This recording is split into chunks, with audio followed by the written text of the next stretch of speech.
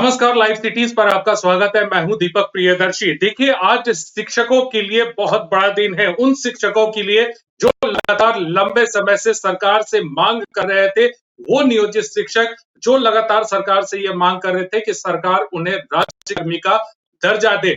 और ये प्रतीक्षा उस समय से भी ज्यादा कठिन हो गई जब मुख्यमंत्री ने 2 नवंबर को गांधी मैदान में इसकी घोषणा भी की और साथ ही साथ ये कहा था कि मामूली परीक्षा के बाद जो है उन्हें राज्यकर्मी का दर्जा दे दिया जाएगा। उसके बाद से हर मंगलवार को जब कैबिनेट की बैठक होती थी तो नियोजित शिक्षकों के दिलों की धड़कनें बढ़ जाती थी कि इस बार कैबिनेट से एक नया तोहफा जो है वो सरकार की तरफ से वो मिलेगा। लेकिन आज कैबिनेट की बैठक हुई और सरकार ने नियोजित शिक्षकों को बड़ा तोहफा देते हुए राज्यकर्मी का दर्जा दे दिया है। ये एक बहुत बड़ी खबर है। अब जाहिर सी बात है कि इसमें कई सारे कंडीशंस भी इसमें शामिल है। क्या कंडीशन है, इसी मुद्दे पर बातचीत करने के लिए हमारे साथ वरिष्ठ शिक्षाविद और वरिष्ठ पत्रकार डॉक्टर लक्ष्मीकांत सजल जी हैं। सजल जी, सबसे पहले जो नियोजित शिक्षकों की लंबे समय से मांग थी कि राज्यकर्मी का उन्हें दर्जा मिले और अब दर्जा सरकार ने दे दिया है, कैबिनेट से इसका अप्रूवल हो गया। लेकिन ये शर्त, इसमें कई तरह की कंडीशन होगी, शर्त होगी। क्या शर्त होगी इसमें? देखिए, पहली शर्त तो ये है कि राज्यकर्मी बनने के लिए नियोजित शिक्षकों को परीक्षा देनी होगी। परीक्षा देने के लिए इन्हें 3 अवसर दिए जाएंगे और जैसे ही ये परीक्षा पास करेंगे तो ये राज्यकर्मी बन जाएंगे, यानी ये सरकारी कर्मचारी बन जाएंगे। तो सबसे बड़ी खबर ये है कि नियोजित शिक्षकों की ये 2006 से ही मांग चल रही थी कि हमें राज्यकर्मी का दर्जा दिया जाए और इसके लिए उन्होंने संघर्ष भी किया था, कोर्ट भी गए थे। लेकिन सबसे बड़ी बात है कि मुख्यमंत्री नीतीश कुमार ने साफ कर दिया था कि हम इन्हें राज्यकर्मी के रूप में जोड़ेंगे। तो उन्होंने अपने वायदे को निभाया है और ऐसे कहें कि मुख्यमंत्री ने अपने वायदे को निभाया है तो शिक्षकों के संघर्ष की जीत भी हुई है, क्योंकि शिक्षक संघर्षरत थे। सबसे पहले हम 3.5 लाख जो नियोजित शिक्षक हैं उन्हें इस बात के लिए बधाई देते हैं। पहली शर्त उसमें यह है कि ये परीक्षा से राज्यकर्मी बनेंगे और परीक्षा के लिए इन्हें 3 अवसर दिए जाएंगे और परीक्षा पास करने के बाद ये राज्यकर्मी बन जाएंगे। तो इसमें शर्त परीक्षा की है कि परीक्षा पास करके ये राज्यकर्मी बनेंगे। बड़ा सवाल इसमें ये है, एक बड़ा सवाल ये है कि पहले जो ड्राफ्ट आया था उसमें साफ-साफ लिखा हुआ था कि अगर 3 मौके में ये परीक्षा पास नहीं करते तो इनकी नौकरी जाएगी। तो अब इनकी नौकरी नहीं जा रही है, यानी ये 3 मौके ये परीक्षा में शामिल नहीं होते हैं या तीनों अवसरों में फेल कर जाते हैं तो भी ये अपने विद्यालय में नियोजित शिक्षक के रूप में बने रहेंगे और इनके मामलों के लिए राज्य सरकार एक कमिटी गठित करेगी और कमिटी के जो रिकमेंडेशंस होंगे वो इन पर लागू होंगे, लेकिन इनकी नौकरी नहीं जा रही है, ये तय हो गया है। जी, सजल जी, ये लगातार जिस समय से राज्यकर्मी का दर्जा देने की बात हो रही थी और इस बात की चर्चा हुई कि अगर 3 मौके दिए जाएंगे, अगर 3 मौके में वो अगर परीक्षा पास नहीं करते हैं तो नौकरी चली जाएगी, यानी काफी डर एक नियोजित शिक्षकों में हो गया था कि इन प्रकार अगर किसी वजह से वो पास नहीं कर पाए तो उनकी नौकरी जा सकती है। लेकिन अब नियोजित शिक्षक से निश्चिंत होंगे कि नौकरी नहीं जानी है। बिल्कुल, अभी इनकी नौकरी नहीं जा रही है। और सबसे ज्यादा जो सशंकित थे, सबसे ज्यादा जिन्हें भय लग रहा था वो थे जो 2005 में शिक्षा मित्र से पंचायत शिक्षक बने थे, प्रखंड शिक्षक बने थे, या फिर जो 2006 में 2008 में शिक्षक नियोजित शिक्षक के रूप में बहाल हुए, वो ज्यादा सशंकित थे। इसलिए उसमें बहुत सारे शिक्षक ऐसे हैं जो जो नए साल में यानी 2024 में रिटायर करने वाले हैं, 2025 में रिटायर करने वाले हैं, 2026 और 27 में रिटायर करने वाले हैं। और ऐसे शिक्षक जो कि एक टीटी एसटीटी पास है, उसके पहले वाले 2005, 6, 7, 8 वाले, 9, 10, 11, 12 वाले ये दक्षता परीक्षा पास हैं।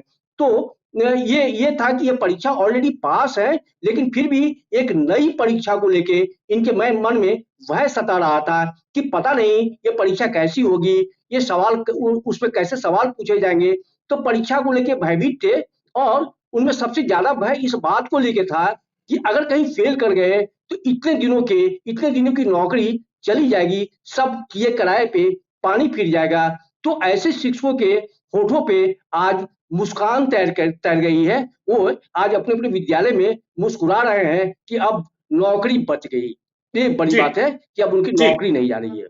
जी, नौकरी बच गई। लेकिन अभी सजल जी आपने ज़िक्र किया इस बात का कि कोई 2024 में रिटायर करेगा, 2025 में रिटायर जी, करेगा। जी, अब ज़ाहिर-सी जी, बात है कि जी, अब नियोजित शिक्षक जो है वो राज्यकर्मी के रूप में आएँगे परीक्षा पास करने के बाद। अगर जी, परीक्षा पास करते जी, हैं, वो राज्यकर्मी बनते हैं, जी। तो उनकी वरीयता का क्या होगा? वेतन संरक्षण, ये तमाम नहीं, ऐसे मुद्दे हैं जिन मुद्दों को लेकर अभी भी कहीं न कहीं चर्चा होगी। नहीं, देखिए, जो नियोजित शिक्षक परीक्षा पास कर जाएंगे, समकक्षता परीक्षा पास कर जाएंगे, वो उन शिक्षकों की वरीयता बनी रहेगी। उन्हें वरीयता उनकी कायम रहेगी। उन्हें वेतन संरक्षण भी मिलेगा, यानी उनका वेतन घटने वाला नहीं है।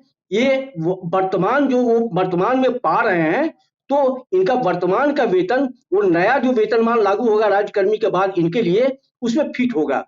तो इन्हें वेतनमान का भी लाभ मिलेगा, इन्हें वेतन संरक्षण भी मिलेगा, और सबसे बड़ी बात ये है कि इनकी वरीयता रह जाएगी। इनकी वरीयता नहीं जा रही है। सजल जी, एक सवाल यह है कि जो ऐसे नियोजित शिक्षक जो बीपीएससी पास कर गए, साथ ही साथ उन्हें जी, स्कूल भी आवंटित हो गया, लेकिन उन स्कूलों में उन्होंने अपना योगदान नहीं किया है, तो ऐसे में क्या उन्हें भी क्षमता परीक्षा देनी होगी? बिल्कुल, ये बड़ा सवाल है, और आज की तारीख में बिहार का हर नियोजित शिक्षक ये जानना चाह रहा है कि जो बीपीएससी पास कर गए और जिन्होंने ज्वाइनिंग नहीं दी आवंटित विद्यालयों में, उनका क्या होगा?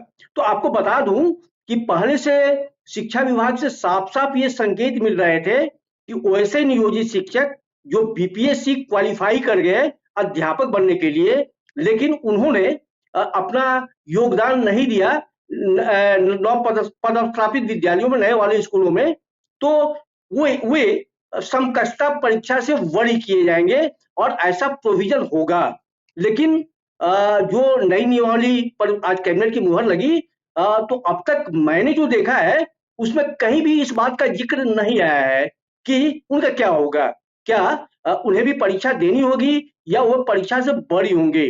तो ऐसा लग रहा है कि इस मामले में, इस बारे में अब इस बात की संभावना है कि शिक्षा विभाग अलग से कोई आदेश जारी करेगा। इस बात की पूरी संभावना दिख रही है कि शिक्षा विभाग और राज्य सरकार इस बारे में कोई अलग से आदेश जारी करेगा, वैसे नियोजित शिक्षकों के लिए जो बीपीएससी की परीक्षा में बैठे, क्वालिफाई किए, लेकिन आवंटित विद्यालय में उन्होंने योगदान नहीं किया, तो वो उनको समकक्षता परीक्षा से इसलिए भी वरी किया जाना है, क्योंकि वो जो परीक्षा बिहार विद्यालय परीक्षा समिति द्वारा ली जाने वाली है। हालांकि नियमावली में इसका नाम अभी नहीं खोला गया है। नियमावली में सिर्फ एक एजेंसी का जिक्र किया गया है। तो जाहिर सी बात है कि जो भी एजेंसी परीक्षा लेगी, उस एजेंसी से, सब बड़ी एजेंसी है बिहार विद्यालय परीक्षा समिति, तो सॉरी, जी। बिहार लोक सेवा आयोग। तो जाहिर सी बात है कि जो बड़ी एजेंसी यानी बिहार लोक सेवा आयोग की परीक्षा पास कर चुके हैं, तो जाहिर सी बात है कि उन्हें बिहार विद्यालय परीक्षा समिति द्वारा ली जाने वाली परीक्षा नहीं देनी होगी। लेकिन इस मामले में अभी नियमावली खामोश है, और माना जा रहा है कि शिक्षा विभाग इस मामले में अलग से कोई आदेश जारी करेगा। तो सजल जी, कहीं न कहीं एक संशय की स्थिति होगी क्योंकि सारी चीज़ें तो बिल्कुल साफ हो गई। लेकिन ये एक बिल्कुल। ऐसा मसला रहेगा जिसमें अभी भी शिक्षकों के बीच एक तो संशय, एक डाउट बना रहेगा। हाँ, बिल्कुल, बिल्कुल। सबसे बड़ी बात ये है कि पहले फेज की परीक्षा को लेके बीपीएससी की, तो उसमें 28,815 नियोजित शिक्षक क्वालिफाई किए थे। उन 28,815 में मान के चला जा रहा है कि 10,000 शिक्षकों ने योगदान नहीं किया अपने आवंटित विद्यालयों में। तो इन 10,000 शिक्षकों का क्या होगा? क्या उन्हें समकक्षता परीक्षा देनी होगी, या उससे उन्हें मुक्त किया जाएगा? फिर इन 10,000 के अलावे बड़ी संख्या में नियोजित शिक्षक वो दूसरी जो परीक्षा ली गई बीपीएससी द्वारा, उसमें भी क्वालिफाई किए हैं। तो ये माना जा रहा है कि सवाल तो बहुत बड़ा है। ऐसे शिक्षकों के सामने संशय की स्थिति बन गई है आज कैबिनेट की बैठक में प्रस्तावित नियमावली पर मुहर लगने के बाद। लेकिन ये माना जा रहा है, क्योंकि विभाग पहले से ये मत बना चुका है कि ऐसे शिक्षकों को, चूंकि ये बड़ी परीक्षा पास कर चुके हैं, इसलिए मामूली परीक्षा से इन्हें बरी किया जाएगा। ये माना जी जा रहा है, लेकिन जब तक ऐसा कोई आदेश आ नहीं जाता है, तब तक संशय की स्थिति बनी ही रहेगी। जी सज्जन जी, एक आखिरी प्रश्न है। विद्यालयों में जी, आपने जी। देखा होगा कई तरह के शिक्षक हैं। अब कुछ शिक्षा मित्र है, जो पुराने शिक्षक हैं, बीपीएससी शिक्षक है, जी, नियोजित जी, शिक्षक है, जी, तमाम ऐसे जी। शिक्षक हैं। तो कितने तरह के टीचर्स जो है वो बिहार के स्कूलों में होंगे अब? जी। अब बिहार के विद्यालयों में 4 तरह के शिक्षक हो जाएँगे।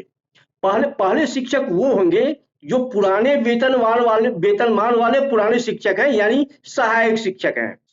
दूसरी कोटि के शिक्षक हो जाएंगे जो बीपीएससी पास करके आए हैं, यानी अध्यापक। पहले हो गए सहायक शिक्षक पहली कोटि में, दूसरी कोटि में आ गए अध्यापक बीपीएससी वाले, तीसरी कोटि में आ जाएंगे नियोजित शिक्षक। तो अब तक करीब शिक्षकों की 4 कोटियां हो जाएंगी। पुराने वेतनमान वाले अध्यापक अध्यापक शिक्षक, और उसके बाद नियोजित शिक्षक, और फिर जब इनको राज्यकर्मी का दर्जा मिलेगा और उसमें जो कैटेगरी परीक्षा पास नहीं कर पाएगी या परीक्षा से वंचित रह जाएंगे, वो नहीं दे पाने की स्थिति में होंगे, तो ये नियोजित शिक्षक रह जाएंगे। तो शिक्षकों की कैटेगरी बढ़ जाएगी, एक और कैटेगरी का इजाफा होगा। यानी 4 तरह के शिक्षक अब बिहार के विद्यालयों में होंगे। जी, ज़ाहिर-सी बात है कि जो अब नियोजित शिक्षकों की माँग थी, 3.5 लाख जो नियोजित जी, शिक्षक हैं, उनकी एक बड़ी बिल्कुल। माँग जो है, वो अब सरकार ने पूरी की है। आने वाले दिनों में सरकार जी, ने कहा है कि परीक्षा लेंगे और परीक्षा के बाद इन्हें राज्यकर्मी का दर्जा दिया जाएगा। तो अब ज़ाहिर-सी बात है कि बिल्कुल। बिहार के शिक्षा जगत के लिए आज का दिन काफ़ी बड़ा है। फिलहाल इतनी जानकारी देने के लिए डॉक्टर लक्ष्मीकांत सहगल जी, आपका बहुत-बहुत धन्यवाद।